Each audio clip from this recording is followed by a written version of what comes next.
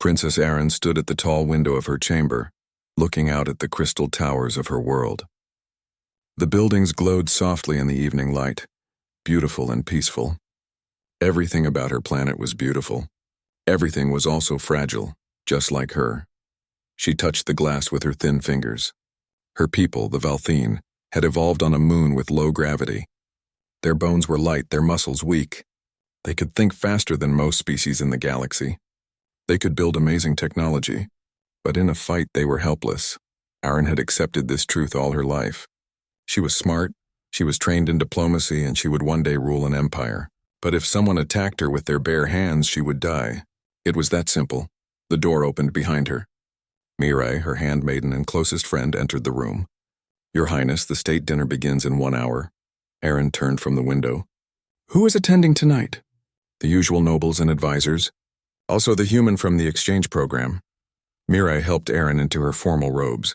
"I heard he barely speaks during meetings. Just watches everyone." "Humans," Erin said softly. "Such a strange species. They only joined the galactic community a few years ago. Humans came from a world with strong gravity, much stronger than most civilized planets. They were not the biggest or strongest species, but something about them made Erin curious. They seemed to move with purpose, with awareness, like they expected danger at any moment. The dinner hall was magnificent. Hundreds of guests sat at long tables eating and talking. Erin took her place at the head table, with Chancellor Vorin on her right. The old advisor smiled at her, but his eyes were cold. Erin never trusted him completely, though she could not say exactly why. She noticed the human sitting far down the table, away from the important guests. His name was Jihoon. He wore a simple military uniform and ate quietly, but his eyes never stopped moving. He watched the doors, the servers, the guards, like he was memorizing everything. The dinner continued with speeches and toasts. Erin played her role perfectly, smiling and nodding at the right moments. She was good at this. Politics was a kind of battle, and she knew how to fight with words. Then the doors burst open. 5 figures rushed into the hall, moving faster than Erin's eyes could follow. They wore black combat suits and carried energy blades. The palace guards tried to stop them, but the assassins cut through them like they were nothing. These were professional killers from a warrior species bred for combat. Panic filled the hall. Nobles screamed and ran. Erin's personal guards formed a circle around her, but she could see the fear in their eyes. They were ceremonial guards trained for show. They had never faced real killers. The assassins moved through the guards easily. One by one, her protectors fell. Erin stood frozen, her mind racing but her body useless. She was about to die, and there was nothing she could do about it. The lead assassin reached for her. His hand was massive, clawed, deadly. Then someone moved between them. Jihoon had crossed the entire hall in seconds. He carried no weapon, but he did not need one. His fist struck the assassin's throat with perfect precision. The killer made a choking sound and stumbled back. The other assassins turned on the human. They were bigger, stronger, armed with deadly weapons. Jihoon should have died instantly. He did not. Erin watched in amazement as Jihoon fought. He moved like water, never where the attacks landed. He used the assassin's own momentum against them. When one swung a blade, he redirected the arm and made the killer hit his own ally. When another grabbed for him, he twisted the joint until something snapped. He picked up a fallen server's tray and used it as a shield, then a weapon. He kicked a chair into one assassin's legs, dropping him to the ground. He grabbed a decorative banner pole and used it like a staff, striking pressure points with brutal efficiency. In less than 2 minutes, all 5 assassins were on the ground, unconscious or groaning in pain. Jihoon stood over them, breathing hard but alert. His eyes scanned the room for more threats. The hall was silent except for the sound of people crying. Erin stared at the human who had just saved her life. He had no special armor, no advanced weapons, just his body and his mind. And somehow that had been enough. Security forces finally arrived, too late to help. They secured the assassins while medical teams treated the wounded. Chancellor Vorin appeared concerned, calling for investigations and increased protection. But Erin barely heard him. She kept watching Jihoon. That night she could not sleep. She kept seeing the fight in her mind, the way Jihoon moved, the way he turned weakness into strength, made every object into a weapon, used his enemy's own power against them. Humans were not the strongest species. They were not the fastest, but they had survived on a dangerous world by learning to adapt, to think, to never give up. They had become predators not through natural gifts but through pure determination. Could she learn that? Could a Valthene princess with her fragile bones and weak muscles become something more than a helpless figurehead? 3 days later, Erin summoned Jihoon to her private study. He entered and bowed, his face neutral and professional. "You saved my life," she said. "I want to thank you." "I was doing my duty, Your Highness. I want to ask you something." Erin stood and walked closer to him. "I want you to train me. Teach me to fight like you do." Jihoon's expression did not change, but she saw surprise in his eyes. "Your Highness, with respect, your species is not built for combat. Your bones would break under the stress. Then teach me to fight without breaking them." Erin kept her voice calm and strong. "You humans were not the strongest creatures on your world. You were not the fastest or the most dangerous. But you became the apex predator anyway." How Jihoon studied her for a long moment. "We learned to use everything. Our minds, our tools, our environment. We learned to turn our weaknesses into advantages. We learned to never stop, never quit, no matter how much it hurt." "Then teach me that," Erin said. "I am tired of being helpless. I am tired of knowing that anyone with a weapon could kill me. I rule an empire, but I cannot defend myself. That has to change." Jihoon crossed his arms. "Training will be painful. It will be harder than anything you have ever done. You will want to quit. If you start this, you have to finish it. No complaining, no special treatment. Can you do that?" Erin met his eyes. "Yes, why?" "Why is this so important to you?" She thought about the assassins, about standing frozen while death approached, about being rescued like a helpless child, because someone tried to kill me and all I could do was stand there and wait to die. That will never happen again. Whatever it takes, whatever the cost, I will never be that helpless again. Jihoon nodded slowly. "All right. We start tomorrow at dawn. Wear clothes you can move in. Bring water. And understand this, Your Highness. When we train, you are not a princess. You are a student. I will not go easy on you." "Good," Erin said. "I do not want you to." After he left, Erin returned to the window. She looked out at her beautiful, peaceful world. Soon she would begin a journey that would change everything. She was afraid, but she was also excited. For the first time in her life, Princess Erin was going to learn what it meant to fight. Dawn came too early. Erin woke to the sound of her door chime. She opened it to find Jihoon standing there already dressed in training clothes. He did not smile or greet her warmly. "You have 5 minutes," he said. "Meet me in the lower-level storage area. Sector 12. He walked away before she could respond. Erin quickly changed into the simple clothes she had prepared. Her hands shook slightly. She was nervous, though she would never admit it. Only Mirai knew what she was doing. "Are you sure about this?" her friend asked quietly. "No," Erin answered honestly, "but I am doing it anyway." The lower levels of the palace were old and forgotten. Nobody came down here anymore. Jihoon had found a large empty room that once stored equipment. Now it was their secret training ground. He was waiting when she arrived. The room was basic, with exercise mats on the floor and some simple equipment against the walls. "Nothing fancy or comfortable. We start with basics," Jihoon said. "Your body needs to be stronger before we can teach it to fight. Drop and give me 10 push-ups." Erin got down on the mat. She knew what a push-up was, though she had never done one. She pushed up with her arms. Her body barely lifted off the ground before her muscles gave out. She collapsed onto the mat. "Again," Jihoon said. She tried again. Her arms shook with effort. She managed to lift herself halfway up before falling. Again. This went on for what felt like hours. Jihoon made her try different exercises. Modified push-ups on her knees, hanging from a bar with help, holding her body in a plank position. Her muscles burned. Sweat dripped down her face. Pain shot through her arms and core. She wanted to stop. She wanted to quit. But she remembered standing helpless while assassins came for her. She remembered feeling useless and weak, so she tried again. After 2 hours, Jihoon finally called a break. Erin collapsed on the mat, gasping for air. Every part of her body hurt. "You did well," Jihoon said, offering her water. "For a first day." "I could not even do 1 push-up," Erin said between breaths. "No, but you tried 10 times anyway. That is what matters." He sat down beside her. "Strength is not just about muscles. It is about the mind, about refusing to quit." The training became her new routine. Every morning before dawn, she met Jihoon in the hidden room. To everyone else, she was spending time in meditation and study. Only Mirai knew the truth. The first week was torture. Erin's body screamed in protest. She could barely walk after sessions.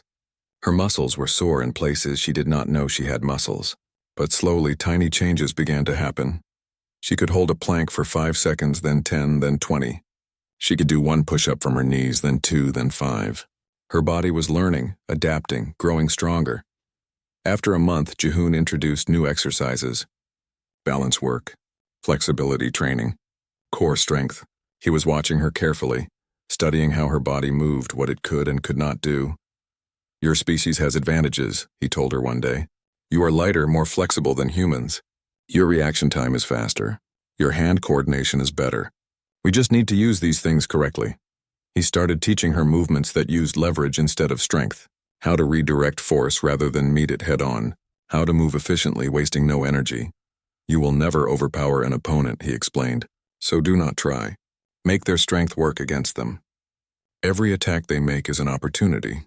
Every movement they do gives you an opening." He showed her how to strike at vulnerable points. Eyes, throat, joints, nerve clusters, places where even a weak hit could do damage. He taught her how to fall safely, how to roll with impacts to protect her fragile bones. "On Earth we had a concept," Jihoon said during a rest period. "We called it martial arts. It means the art of war. But the best martial artists were not always the strongest. They were the smartest. They understood that fighting is like a conversation. Your opponent tells you what they are going to do through their body language, their stance, their eyes. You just have to learn to read it." Erin absorbed every lesson. Her body was changing, becoming lean and efficient. She walked differently now, with better balance and awareness.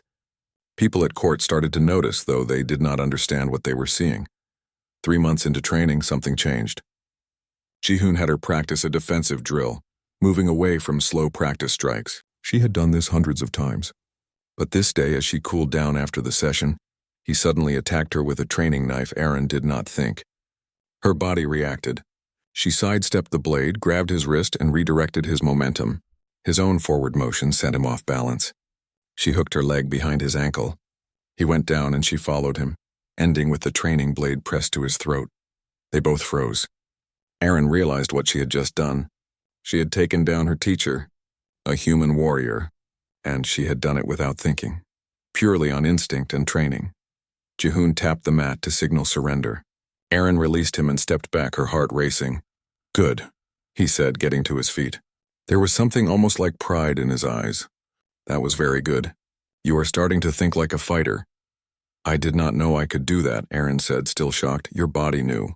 That is what training does. It teaches your body to react without waiting for your mind." He picked up a towel. "But we have a long way to go still.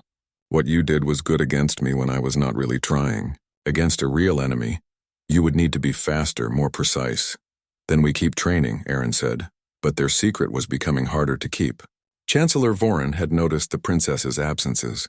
He had spies watching her movements. One of his informants reported that she was spending hours in the lower levels, always with the human warrior. Vorin sat in his office, reading the reports. Something was happening. The princess was changing.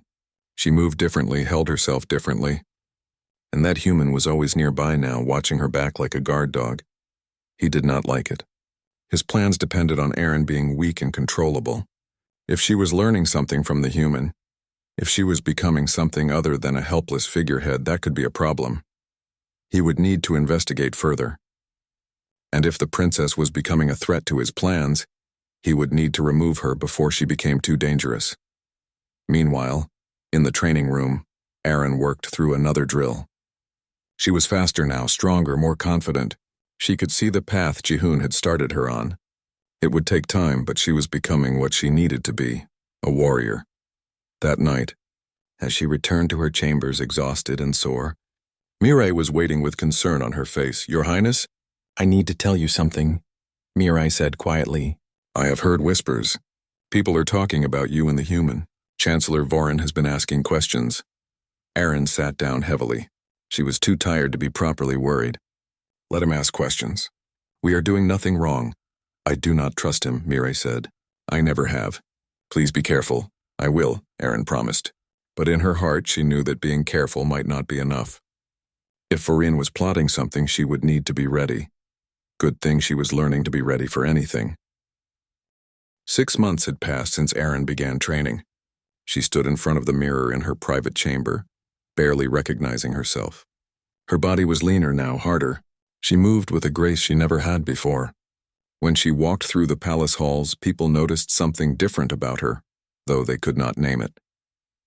Mirai entered with news. "Your Highness, intelligence reports just arrived.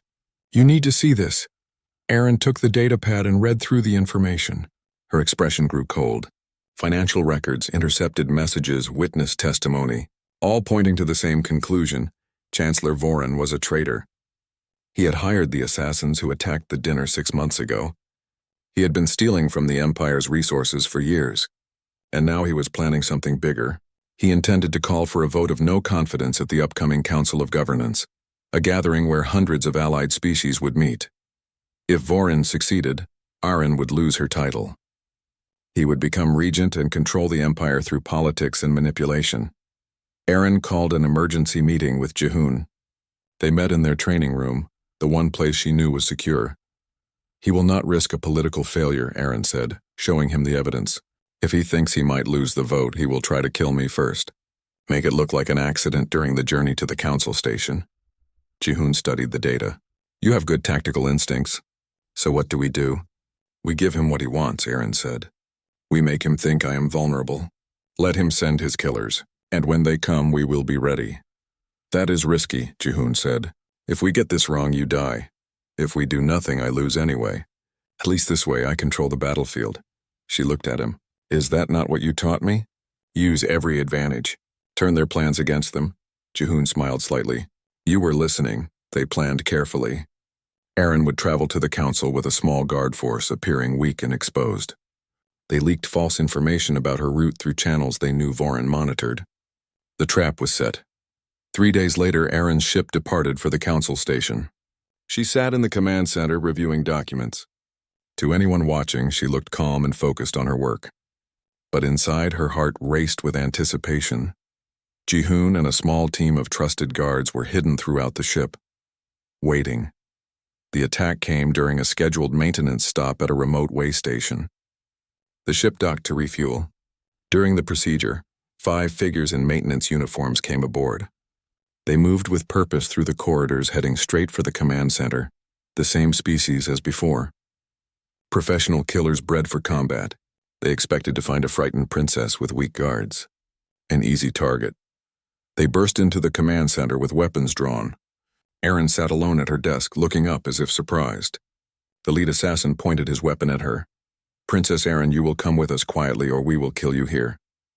Erin stood slowly, her hands visible and empty. She looked small, fragile, helpless.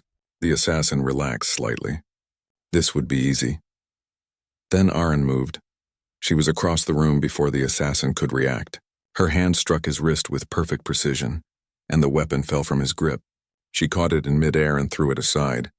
Before he could recover, she drove her palm into his throat, exactly where Jehun had taught her. The big warrior dropped to his knees, gasping for air. The second assassin fired his weapon. Erin was already moving. She rolled behind a console, using the command center's equipment as cover. She grabbed a data cable and snapped it loose. When the assassin came around the console, she whipped the cable at his eyes. He flinched, and that moment of distraction was all she needed. She swept his legs and drove her elbow into his spine as he fell. The third and fourth assassins tried to work together, flanking her from both sides, but the command center was cramped, with limited space to maneuver. Erin used that. She positioned herself so they could not attack without risking hitting each other. When one lunged, she redirected him into his partner. When they tried to grab her, she slipped away like water. She struck at joints and pressure points. She used their own momentum against them. She made the environment her weapon, smashing one assassin's hand in a closing door panel, tripping another over displaced equipment. The fifth assassin, seeing his team falling, tried to run. He never made it to the door. Jehun stepped into the corridor, blocking his path. The assassin was bigger and stronger, but that did not matter. Within seconds, he was unconscious on the floor. Jihoon entered the command center to find Aaron standing among 4 unconscious attackers. She was breathing hard and there was blood on her lip where one had managed to land a glancing blow, but she was alive and they were not. "Well done," Jihoon said quietly. Aaron looked at her hands. They were shaking now that the fight was over. "I did it. I actually did it. You did more than that. You won." He checked the unconscious assassins. "And now we have witnesses who can testify against Vorin." The security team arrived and secured the attackers. Aaron's ship continued to the council station, but now they carried valuable cargo. The assassins, once properly questioned, revealed everything: names, payments, orders, all leading back to Chancellor Vorin. When they arrived at the massive orbital station where the council met, news of the attack had already spread. Vorin was there playing the concerned advisor. He expressed shock at the assassination attempt and called for better security. But Aaron could see the worry in his eyes. His plan had failed. Worse, she had survived and captured his killers alive. He did not know yet that they had talked, but he must suspect. The council sessions began the next day. Hundreds of species gathered in the Great Assembly Hall. Aaron took her seat among them, representing the Valthene Empire. Vorin sat in the advisor section, watching her carefully. On the 3rd day, Vorin made his move. He stood and formally requested to address the council. Permission was granted. "Honored representatives," he began, his voice smooth and practiced. "I come before you with a heavy heart. I must raise concerns about the fitness of Princess Aaron to rule the Valthene Empire." He presented his case. He claimed Aaron was unstable after the assassination attempt. He suggested she was making poor decisions. He questioned her alliance with humans, calling them a primitive and dangerous species. He painted a picture of a young princess out of her depth, unable to lead properly. Some council members nodded. Others looked uncertain. Vorin had built relationships here over many years. His words carried weight. When he finished, he looked at Aaron with barely hidden triumph. "Under Valthene law, I invoke the trial of worth. Let the princess prove she is fit to rule." The council chamber erupted in discussion. The trial of worth was an ancient law, rarely used. It would require Aaron to pass 3 tests. Vorin would choose them. If she failed any test, she would lose her title. The council president called for order. "Princess Aaron, you may accept the trial. Accept the council's vote on your fitness or abdicate voluntarily. What is your choice?" Aaron stood. The hall fell silent. Every eye was on her. "I accept the trial of worth," she said clearly. "Let Chancellor Vorin set his tests. I will prove my fitness to rule." Vorin smiled. He thought he had won. He believed no Valthene could pass a trial that included combat. He had no idea what was coming. Aaron caught Jihoon's eye in the crowd. He gave her a small nod. She was ready. Whatever tests Vorin chose, she would face them, and she would win. Chancellor Vorin stood before the council the next morning, announcing his 3 tests. His confidence was clear. He believed he had already won. "The first trial will test intellect," he declared, a strategic simulation used by military academies across the galaxy. The princess must demonstrate tactical thinking. "The second trial will test diplomacy. She must resolve the trade dispute between the Valthene Empire and the Torek Collective. This dispute has lasted 5 years. She will have 1 day. The third trial will test strength and courage. Single combat against a champion of my choosing. No weapons beyond what can be found in the arena." The council chamber buzzed with discussion. The first 2 tests were difficult but reasonable. The third test was Vorin's trap. Every species knew the Valthene were physically weak. No Valthene royal had ever passed a combat trial. Vorin introduced his chosen warrior. "I select Gorak of the Kreth species. He has fought in 300 battles and never lost." Gorak stood and bowed to the council. He was massive, nearly 3 meters tall, with thick armor-like skin and muscles built for war. His species were born fighters, one of the most feared warrior races in the galaxy. Aaron looked at Gorak without fear. She had faced killers before. Size did not scare her anymore. The first trial began that afternoon. Aaron sat in a simulation chamber, facing a complex military scenario. 3 enemy fleets surrounded a friendly world. Limited resources, difficult terrain, time pressure. Most candidates took hours to complete it, if they completed it at all. Aaron studied the simulation for 20 minutes. Then she began issuing orders. She did not try to win through superior force. Instead, she used deception. made the enemy fleets suspicious of each other, created supply line problems, and exploited their communication delays. Her months of training with Jihoon had taught her more than combat. She had learned to think tactically, to see weaknesses, to turn disadvantages into opportunities. The simulation was just another kind of fight. She completed it in under an hour. Not just completed it, but achieved a perfect score. The military observers who watched were impressed. Even Voren looked surprised. The second trial came the following day. The Torek Collective had been in a trade dispute with the Valthian Empire for 5 years. The Torek were a proud species who felt insulted by previous negotiations. Many diplomats had tried and failed to resolve it. Aaron met with the Torek representatives in a private chamber. She spent the first hour just listening to their complaints. Really listening, not just waiting to speak. She asked questions about their culture, their needs, their pride. Then she made her proposal.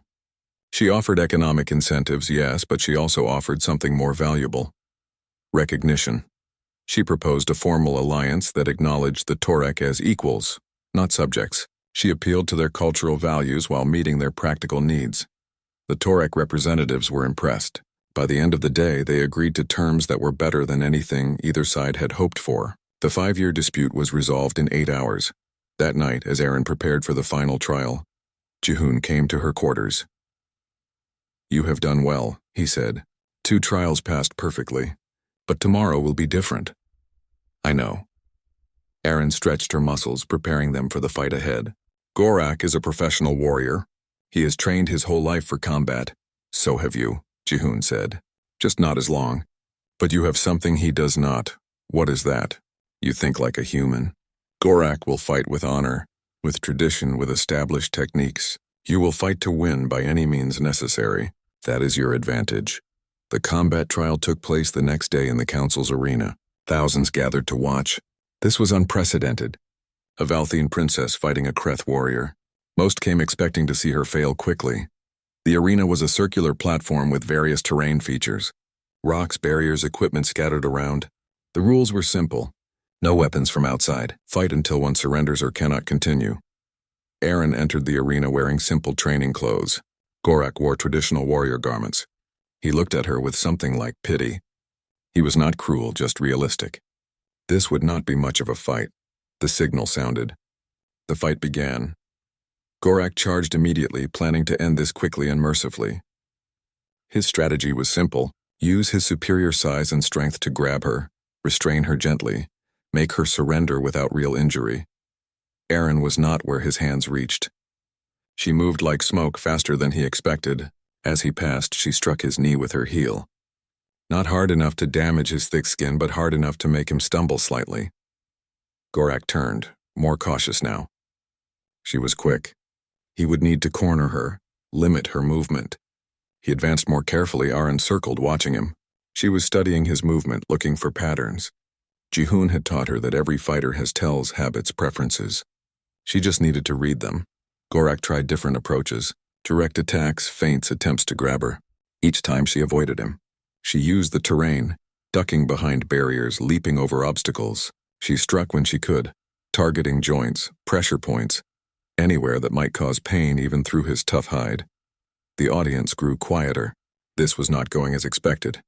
The princess was not just surviving. She was fighting. 10 minutes passed. Gorak was breathing harder now. Aaron had landed dozens of small strikes. Individually, they did little. Together, they were wearing him down. And he still had not touched her. Aaron found what she was looking for.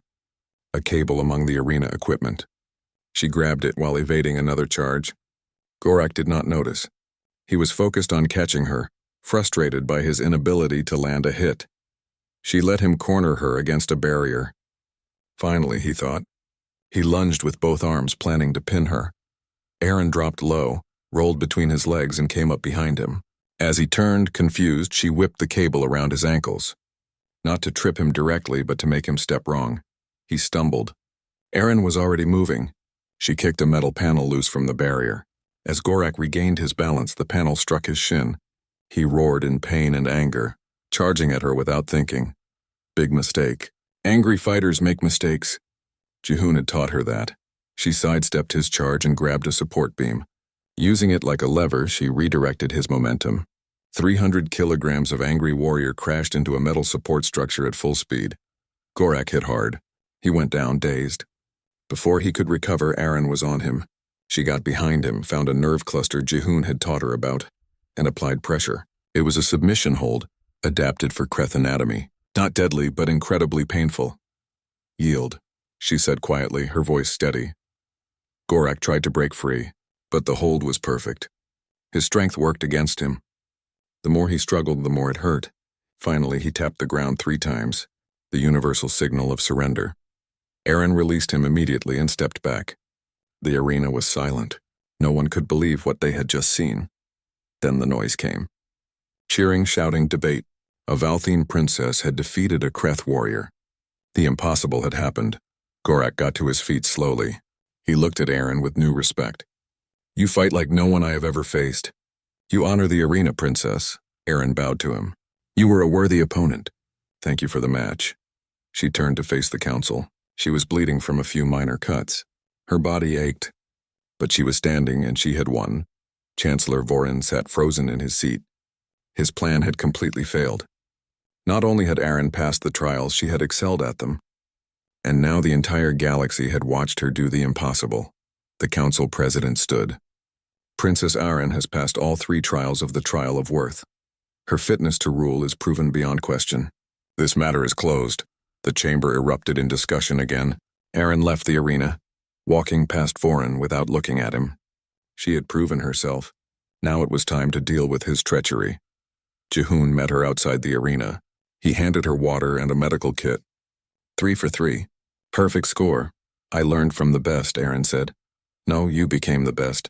There is a difference, he smiled. Now we finish this. Time to expose Vorin for what he really is, Aaron nodded. The trials were over. But the real battle was just beginning. News of Aaron's victory spread across the galaxy faster than light. Footage of the fight played on every news channel. A Valthine princess defeating a Kreth warrior. It should have been impossible. Yet everyone had seen it happen.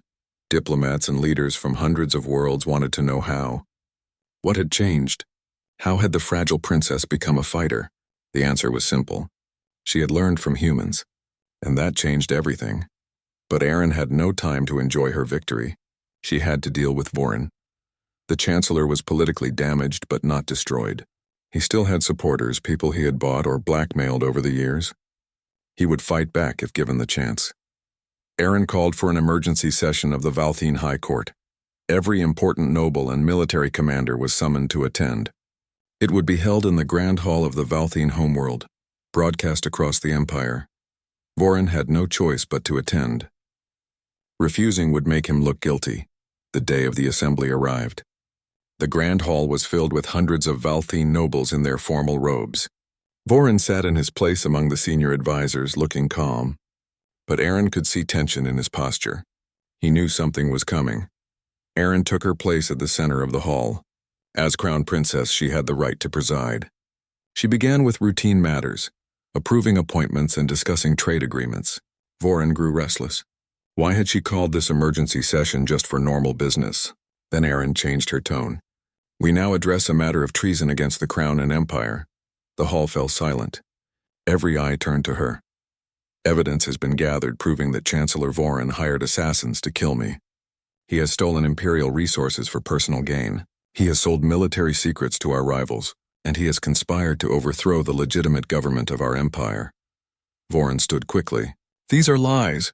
I have served this empire faithfully for decades. The princess is mistaken, or she has been deceived by her human advisor.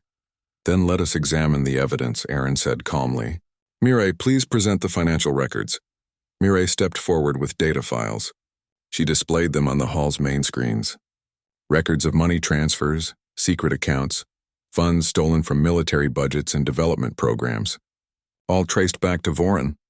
Next, the communications, Aaron continued. Intercepted messages between Chancellor Vorin and foreign agents. Selling information about our defense systems, our diplomatic strategies, our technology. More evidence appeared on the screens. Encrypted messages decoded by Jihoon using human intelligence techniques. The content was damning. Vorin had been betraying the Empire for years. Finally, testimony from the assassins captured during the recent attack on my ship. They have confessed in detail to being hired by Chancellor Vorin. They have provided payment records, communication logs, and orders. The hall erupted in shocked conversation. Nobles turned to look at Vorin with horror and anger. This was not just attempted murder. This was systematic betrayal of everything the Empire stood for. Vorin saw his position collapsing. He made one last desperate move. He signaled to his supporters in the hall. Military officers he had bribed, nobles whose secrets he knew. They stood and drew weapons, a coup attempt right here in the High Court. But Arn had anticipated this. The security forces in the hall were not the normal ceremonial guards. They were the new warriors, trained by Ji-hoon and other human instructors, Valthine who had learned that their species could fight if they chose to. The coup was over in seconds. The conspirators were disarmed and restrained before they could hurt anyone. Vorin stood alone, his last desperate plan failed. "Take him into custody," Aaron ordered, along with his co-conspirators. "They will face trial for treason."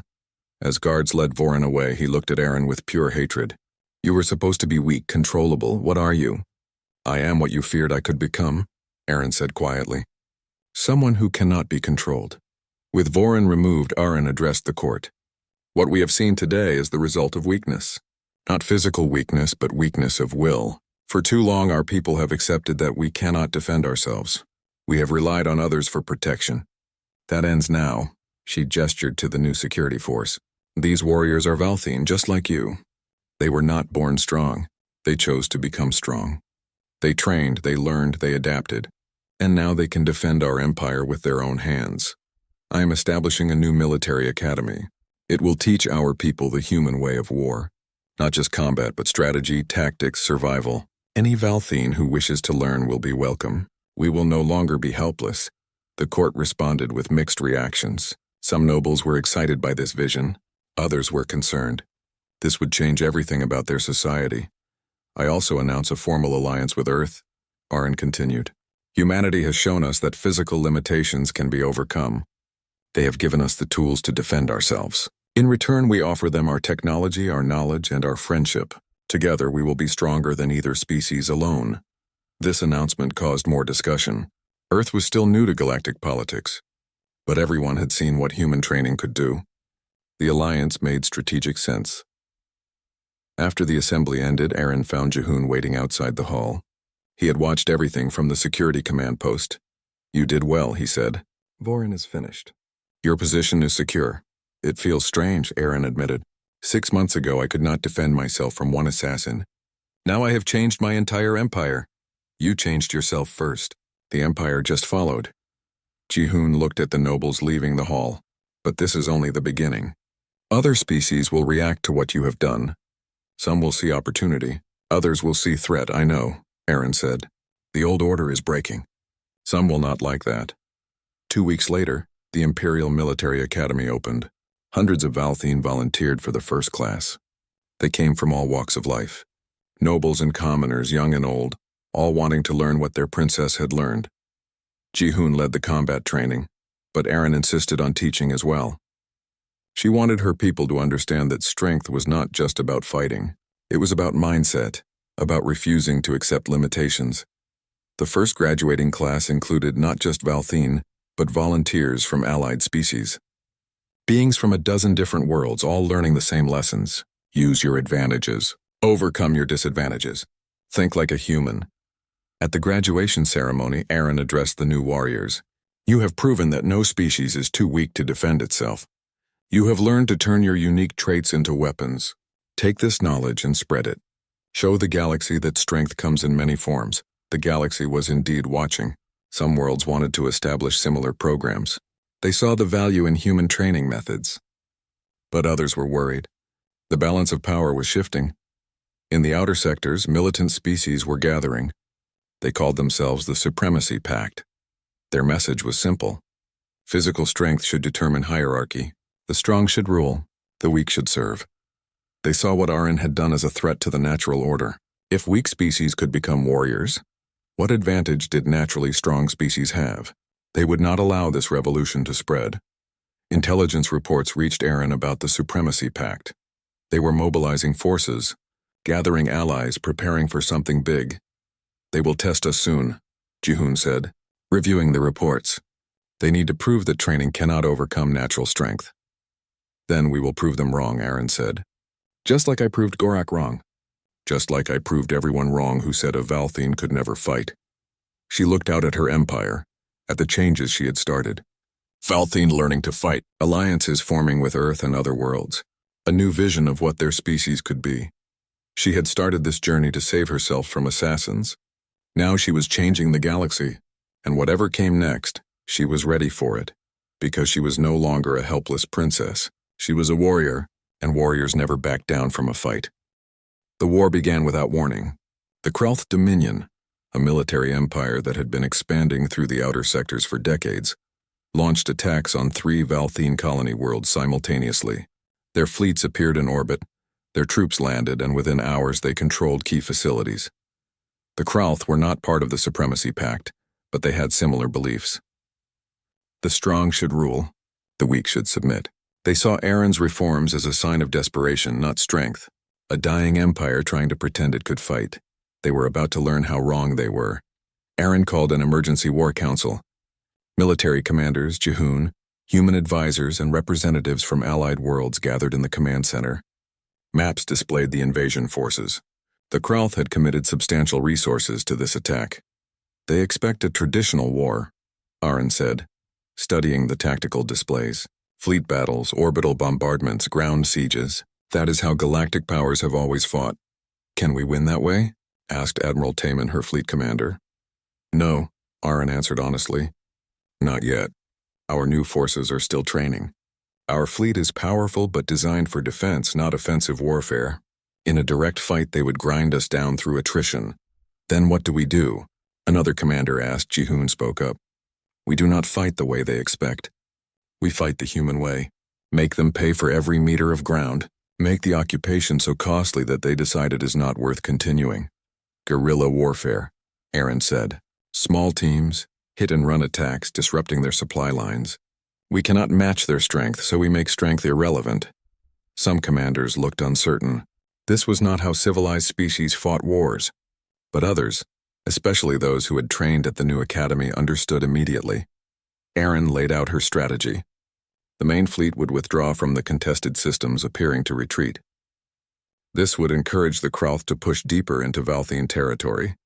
Meanwhile, special forces teams would deploy behind enemy lines.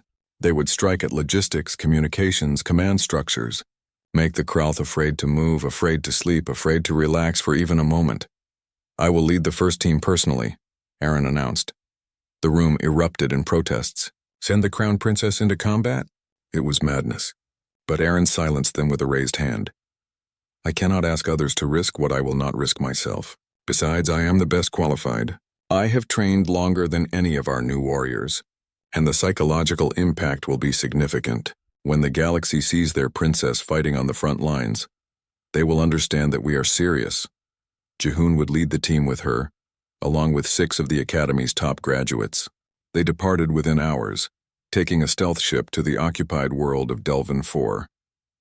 The Krauth had established a command center in Delvin's capital city. They believed they were secure. The local population was pacified. Their fleet controlled the orbital space. Everything was according to plan. Aaron's team infiltrated the city under cover of darkness. They moved through service tunnels and maintenance corridors, places the Krauth did not bother guarding. Why would they? The Valthine were weak, scared, defeated. The team reached the power distribution center that supplied the Krauth command post. Using human-designed explosives and Valthine precision, they sabotaged it perfectly. When the power failed, it would look like an accident, not an attack. As the Krauth scrambled to restore power, Aaron's team struck the communication arrays. Suddenly, the occupation force could not talk to their fleet, could not coordinate with other ground units, could not call for help. Then came the real attack. While the Krauth were blind and confused, the team hit their ammunition depot, not to destroy it, but to make them think the local population was rising up. They left evidence pointing to civilian resistance. The Krauth commanders panicked. They thought they faced a mass uprising. They pulled troops from their positions to secure the city, weakening their control over key facilities. Exactly as Aaron had planned, Her team was gone before the Krauth realized what had happened. They had struck 3 critical targets in one night, caused chaos throughout the occupation force, and escaped without a single casualty. It was just the beginning. Over the next weeks, similar attacks happened across all occupied worlds. Supply convoys were ambushed. Officers disappeared. Equipment malfunctioned mysteriously. The Krauth never saw their attackers, only the results. Erin led mission after mission. She was everywhere and nowhere, striking and vanishing like smoke. The Krauth started calling her the Shadow Princess. Their troops grew nervous, jumping at sounds, seeing threats in every shadow. Meanwhile, other teams did the same work. Former scholars and diplomats who had learned to fight like humans. They were not strong, but they were smart, fast, and absolutely determined. The Krauth had expected an easy conquest. They found a nightmare instead. The Krauth military leadership grew frustrated. They were losing more resources to these attacks than they would have lost in a traditional war. Their troops were demoralized, and the occupied populations, seeing that resistance was possible, were becoming bolder. After 2 months of this guerrilla campaign, the Krauth made their big move. They would commit their entire fleet to one massive offensive. They would crush the Valthene fleet in a single battle, prove their superiority, and end this embarrassing conflict. Their intelligence told them where the Valthene fleet was gathering. They planned their attack carefully. It would be overwhelming, decisive, final. But Erin had planted that intelligence. She wanted them to commit everything to this battle, because while they were focused on the fleet engagement, her special forces teams were doing something else entirely. They were destroying every Krauth support facility in the sector. Repair stations, fuel depots, supply caches, backup communication relays, everything the fleet would need after the battle was being systematically eliminated. The great battle happened in orbit around Delvin 4. The Krauth fleet was larger and more powerful, but the Valthene fleet, supported by Earth-designed defensive platforms and new tactics, held their ground. The battle was fierce but inconclusive. Neither side achieved a decisive victory, except the Krauth fleet could not continue fighting. They had no fuel reserves to draw from, no repair facilities to fix damage, no supply lines to replenish ammunition. Erin's teams had cut everything. The Krauth commanders realized their position. They were trapped deep in hostile territory with a damaged fleet and no support. If they stayed, they would eventually run out of resources and be destroyed. If they tried to fight their way back to friendly space, they would be harassed the entire way. They requested negotiations. Erin met with the Krauth Supreme Commander aboard a neutral station. He was a proud warrior who had never lost a campaign. Now he sat across from a Valthene princess who had beaten him without winning a single major battle. "You fight without honor," he said bitterly. "Attacking supply lines, avoiding direct combat, using tricks and deception." "I fight to win," Erin replied calmly. "Honor is for those who can afford it. My people could not. So we learned to fight smart instead. We are the stronger species. We should have won. Strength is not everything. That is what you failed to understand." Erin leaned forward. "Here are my terms. You will withdraw completely from Valthene territory. You will pay reparations for the damage caused, and you will sign a non-aggression treaty lasting 50 years. And if we refuse, then your fleet dies slowly in hostile space, picked apart by teams you will never see. Your empire watches as its mighty military is defeated by a species you considered weak, and every other species in the galaxy learns that strength alone is not enough to win wars anymore." The commander stared at her for a long moment. Then he agreed to her terms. The war was over. The Valthene had won. News of the victory spread across the galaxy. A species considered physically weak had defeated a military empire through superior tactics and strategy. The Erin Doctrine was no longer just theory. It was proven in combat. When Erin returned home, her people celebrated in the streets. They had defended themselves. They were no longer helpless, and they owed it all to a princess who had refused to accept weakness as destiny. But Erin knew this was just one battle in a larger conflict. The galaxy was changing. Old certainties were being challenged, and not everyone would welcome these changes. The real fight was just beginning. 2 years had passed since the war with the Krauth Dominion. The galaxy was a different place now. The Valthene Empire had become a major military and political force, respected and sometimes feared. But more importantly, it had started a revolution. Species across the galaxy were questioning old assumptions. If the Valthene could become warriors, what about other supposedly weak species? Training centers modeled after Aaron's academy were opening on dozens of worlds. The human philosophy of adaptation and determination was spreading like fire. Not everyone welcomed this change. The Supremacy Pact had grown from a small radical group into a coalition of militant species. They believed physical strength should determine galactic hierarchy. They saw Aaron's success as a threat to the natural order, and now they were mobilizing for war. Aaron stood in the war room reviewing intelligence reports. The Pact had assembled a fleet larger than anything seen in decades. They were not hiding their intentions. They planned to invade multiple worlds simultaneously, proving once and for all that natural strength could not be overcome by training and tactics. "They are coming for us," Admiral Taman said. "Not just the Valthene Empire. They will target Earth as well. They see our alliance as the source of this revolution." Ji-hoon studied the tactical displays. "Good, let them come. They think this is about us versus them. They do not understand what we have actually built." Aaron knew what he meant. The alliance between Valthene and Earth had expanded. Dozens of species had joined, creating a coalition based not on physical strength but on mutual respect and shared principles. They called it the Adaptive Alliance. "We need to send a message," Aaron said, "not just to the Supremacy Pact but to the entire galaxy. We need to show them what we represent." She composed a speech to be broadcast across all known space. It was time to make her position clear. The broadcast went out the next day. Aaron appeared on screens across hundreds of worlds, standing in her formal robes with Ji-hoon beside her in his military uniform. Behind them stood representatives from all the Alliance members, humans, Valthene, and dozens of other species. "I am Aaron of the Valthene Empire," she began. 2 years ago I was considered the weakest member of my species. A fragile princess who could not defend herself. Many of you watched as assassins almost killed me. You saw my helplessness, then something changed. A human named Ji-hoon taught me that weakness is not destiny. He showed me that any being, regardless of their physical form, can become strong if they have the will to change. I trained. I suffered. I pushed my body beyond what my species thought possible, and I became a warrior, not because I grew stronger muscles or thicker bones, but because I learned to think differently, to fight differently, to never accept defeat. The Supremacy Pact says that physical strength should determine who rules. They say that some species are born to dominate while others are born to serve. They are wrong.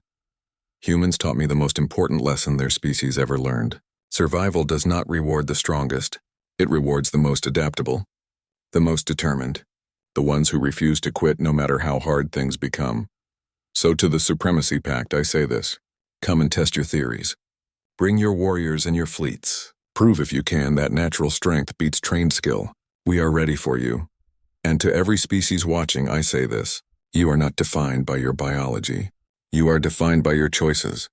If you choose to be helpless, you will be helpless. But if you choose to be strong, nothing can stop you. I am proof. I was the weakest of my species. Now I am a living weapon. Not because I am special, but because I refuse to accept limits. The speech ended. The galaxy reacted. Some species were inspired. Others were threatened. But everyone understood that something fundamental had changed. The Supremacy Pact responded by accelerating their invasion plans. They would strike within weeks. Aaron prepared for what was coming.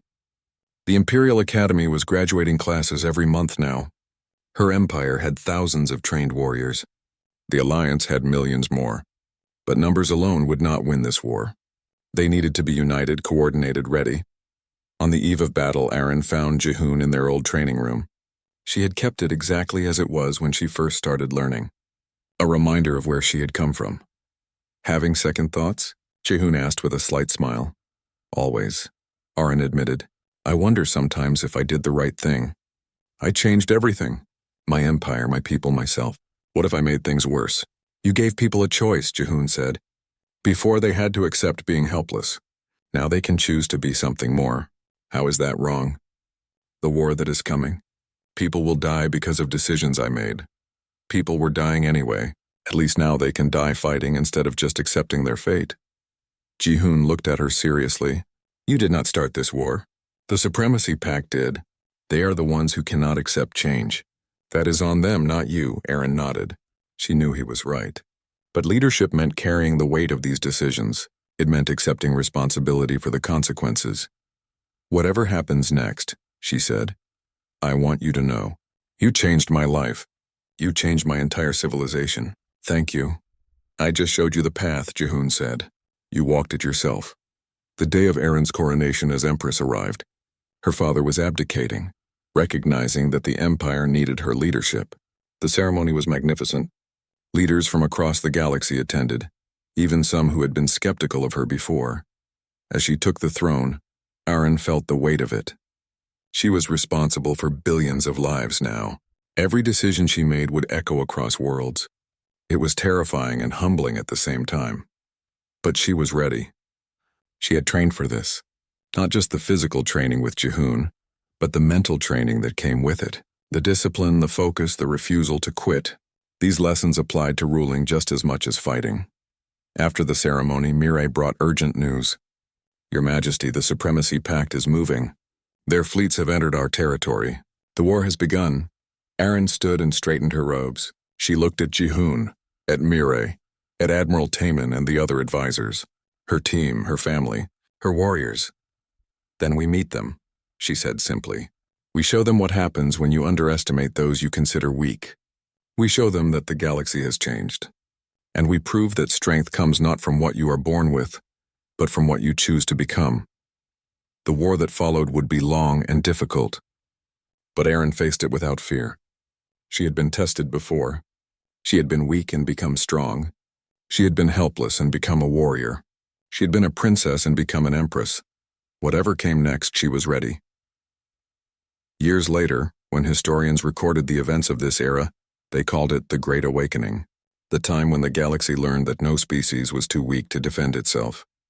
When old hierarchies based on physical strength crumbled, when new alliances formed based on mutual respect and shared values. At the center of it all was one person, a Valthine princess who had been fragile and helpless, who had learned from a human warrior, who had transformed herself and in doing so, transformed the galaxy. Erin became a legend. Not because she was the strongest or the fastest, but because she proved that determination could overcome any limitation, that will could triumph over biology, that any being, no matter how weak they started, could become powerful if they were willing to pay the price. The story was told across thousands of worlds, adapted by each culture to fit their own values. But the core message remained the same. There is no such thing as a weak species. Only species that have not yet discovered their strength. Jehun retired from active service eventually, though he continued teaching at the academy until he was old. Students would sometimes ask him what it was like to train the famous Empress Erin. He always gave the same answer. "I did not train an empress. I trained a warrior who happened to become an empress, and she did not learn to fight like a human. She learned to think like one. That made all the difference." And when he was very old, sitting in his quarters at the academy watching young students train in the courtyard below, he would smile. He had come to this alien world as a simple military advisor. But he had changed history. Not through conquest or politics, but through teaching one determined princess that weakness was not destiny. Sometimes the smallest actions have the biggest consequences. Sometimes teaching one person to fight can change an entire galaxy. And sometimes the greatest warriors are not born strong. They choose to become strong. They refuse to accept limits. They push beyond what anyone thought possible. That was the human way, and that was the lesson that changed everything.